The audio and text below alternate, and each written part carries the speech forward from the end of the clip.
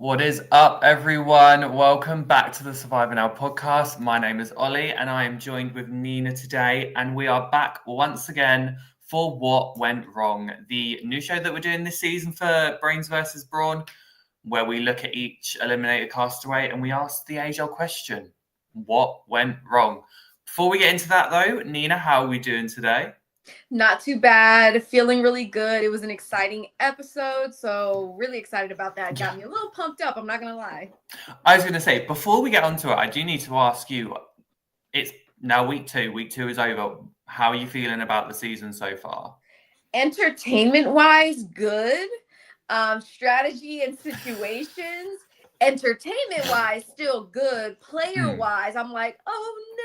And like I've been there. There's situations I've been a part of, I've witnessed, so on and so forth. But watching it and the way that at least is being produced right now, I'm just like, oh my God, guys, what are we doing? I can totally understand that. Like, entertainment-wise, it has been absolute chef's kiss. Like, it's been so fun watching them.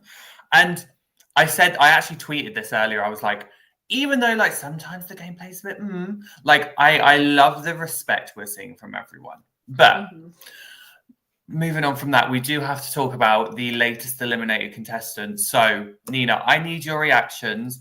What was your initial reaction to the sixth eliminated castaway, Ali?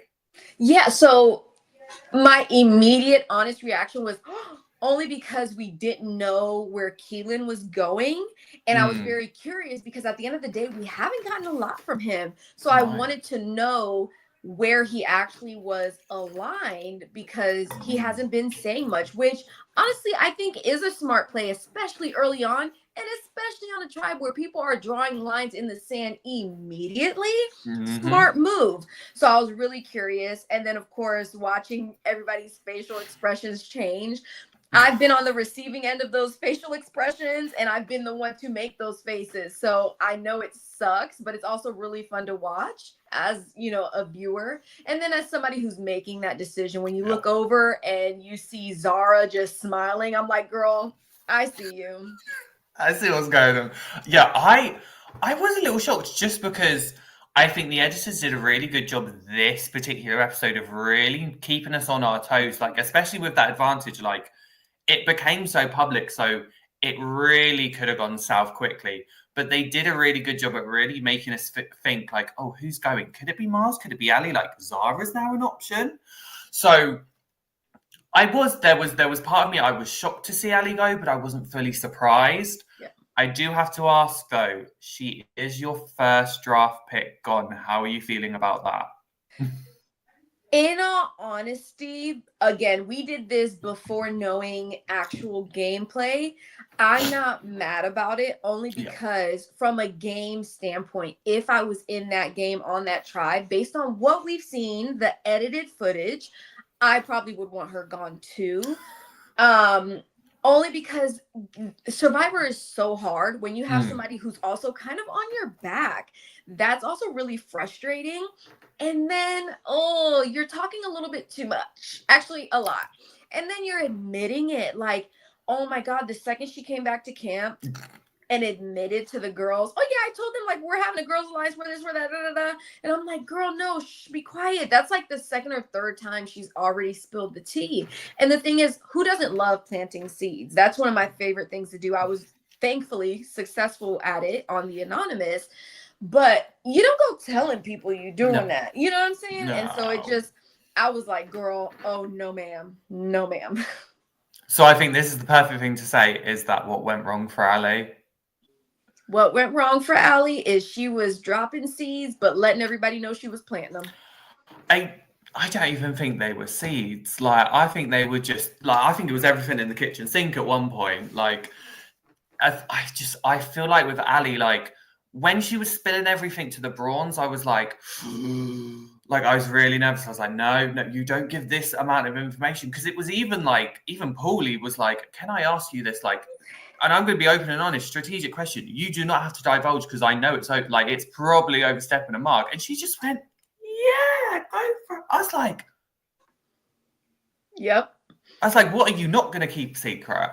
And I think you're right. Like, as soon as she told the girls, hey, this is everything I've said, yes, it's very transparent, which is good, but it's also just shown how much people can't let you in on stuff because I need you to not tell this. And I think it was a pattern, like a pattern in the sense of she was always divulging stuff. She made sure that everyone knew what everyone had said. And like I could only speak on for myself as a non-player. If I was on that island, she is someone I wouldn't want to work with because I wouldn't want her telling anything of mine. Yep. So I was there like, oh no. Girl, don't do it. And my thing is, it's always the way you go about it. And it's just like obvious. I mean, she goes to AJ, and this is, again, it's edited, but when you can see a conversation happening, like this is something my mom told me that I think was a really good piece of advice that I know a lot of players know or may have heard. An edit is an edit, but you're still who you are. You know, like don't forget that you still said what you said in the way you said it. Yeah, they can cut and dice and whatever and maybe make it out of context, but you still said it. So watching her talk to AJ the way she did, and I'm just like, oh my God. And I love AJ because I feel like his responses are what I'd be like, that's so funny. And what's funny about it? And I'm like, it's just funny. What do you mean? Like, that is totally me.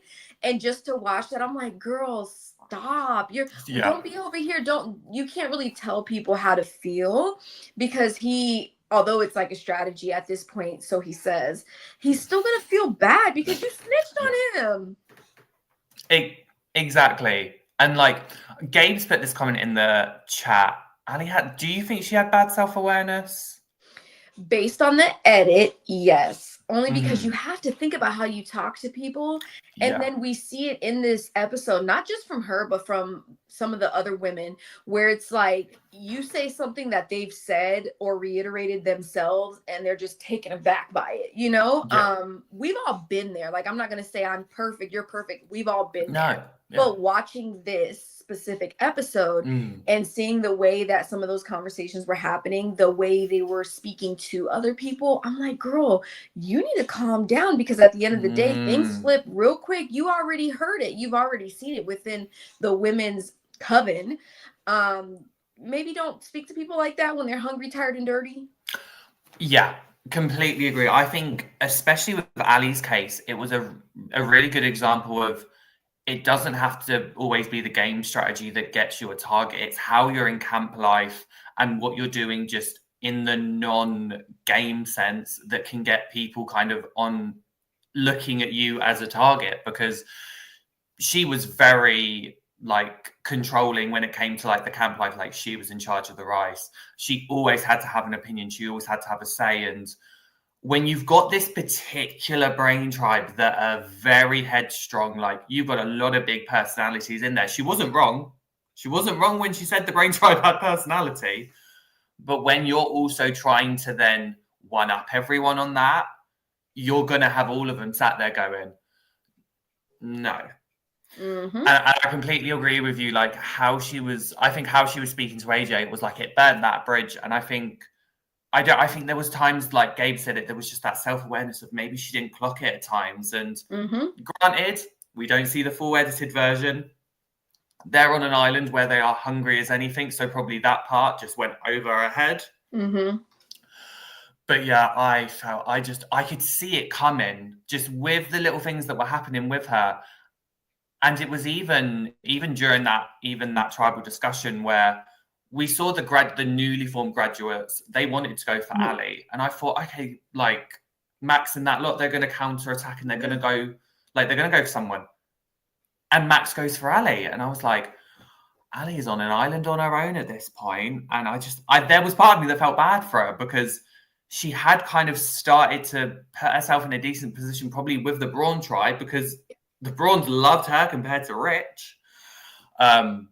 So yeah, it was sad to see that she wasn't able to really do that within the Brain tribe. What else have you got? Exactly. And my thing is, though, did they love her? Because my first thought is she gave them the information at that point, but I would be like, that girl talks a lot.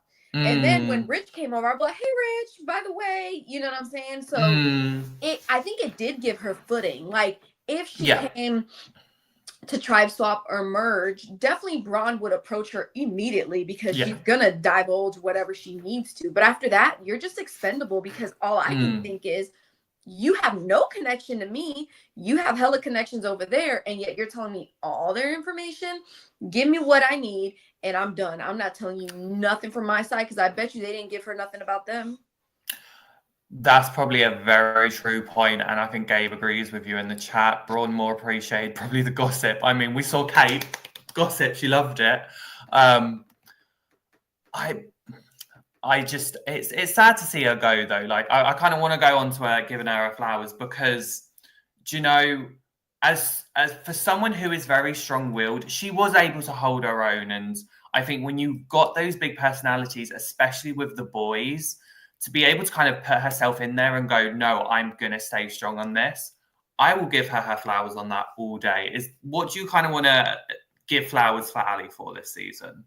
Yeah, I will give her flowers for the loyalty Mm, from the jump with Logan when AJ did come after her. yeah, Um, warning Max when she yeah, overheard Miles. When she did divulge all that information to Braun, she was sticking up for all the women. As far as the yeah. edit shows, she didn't pick or choose which one. She Mm, wanted to go and, in her mind, give them the upper hand, which I think is amazing. So that loyalty, that ability to communicate, because at the end of the mm, day, while it technically burned her in the end, at the beginning, AJ still went to her. He yeah, still said, this is the person I'm going to tell this information to. yeah. And I can't remember the other person who ended up going to her saying something.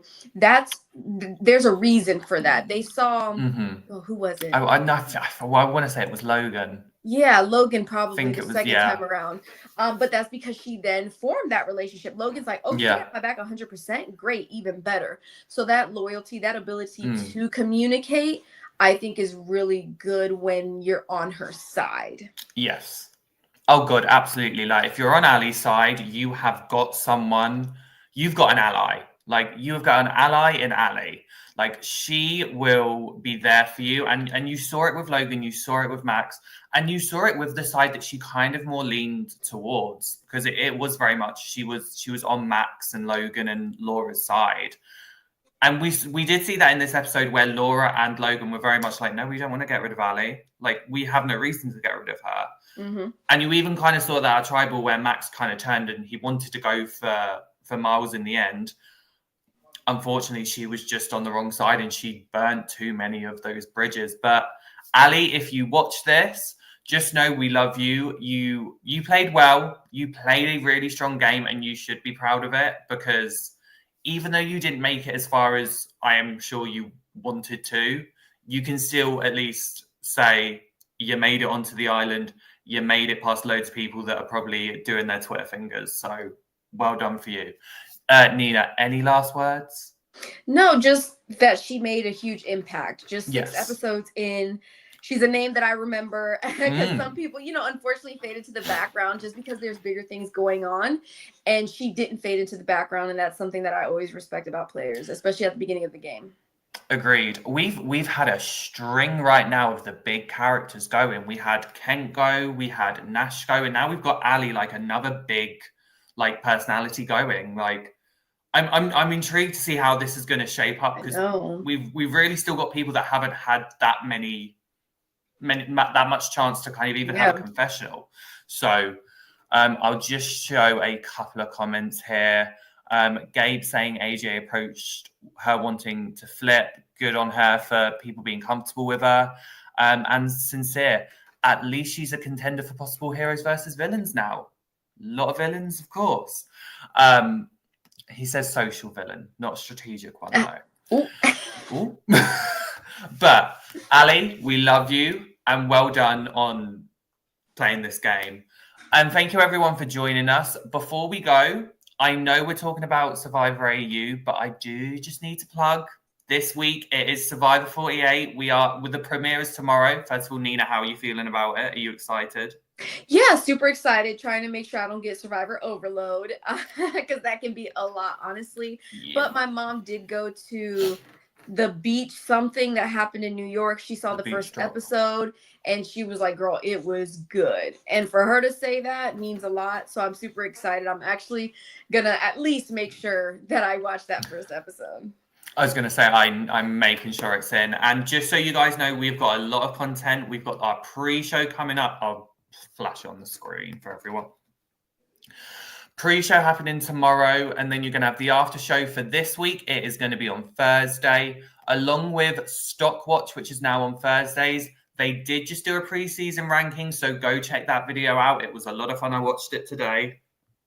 We also will have got something for you on Saturdays. And to finish off the week, we have Survivor Socials. But that doesn't mean we're ending with the AU stuff. We have got the recap coming on Thursday. Myself, Matthew, and Valeria will be there. We know you're here for the AU coverage, so I've got to get that in there. Once again, Nina, thank you so much for joining me. It's always been a blast. Next week, Randy will be back on Sundays and Tuesdays. Myself and Bruce will be here on Monday. Nina will be joining Randy, of course. Nina, going to say it again. Any last words before we go? Nope. I'm just really excited to see what's coming this next week with that tribe swap.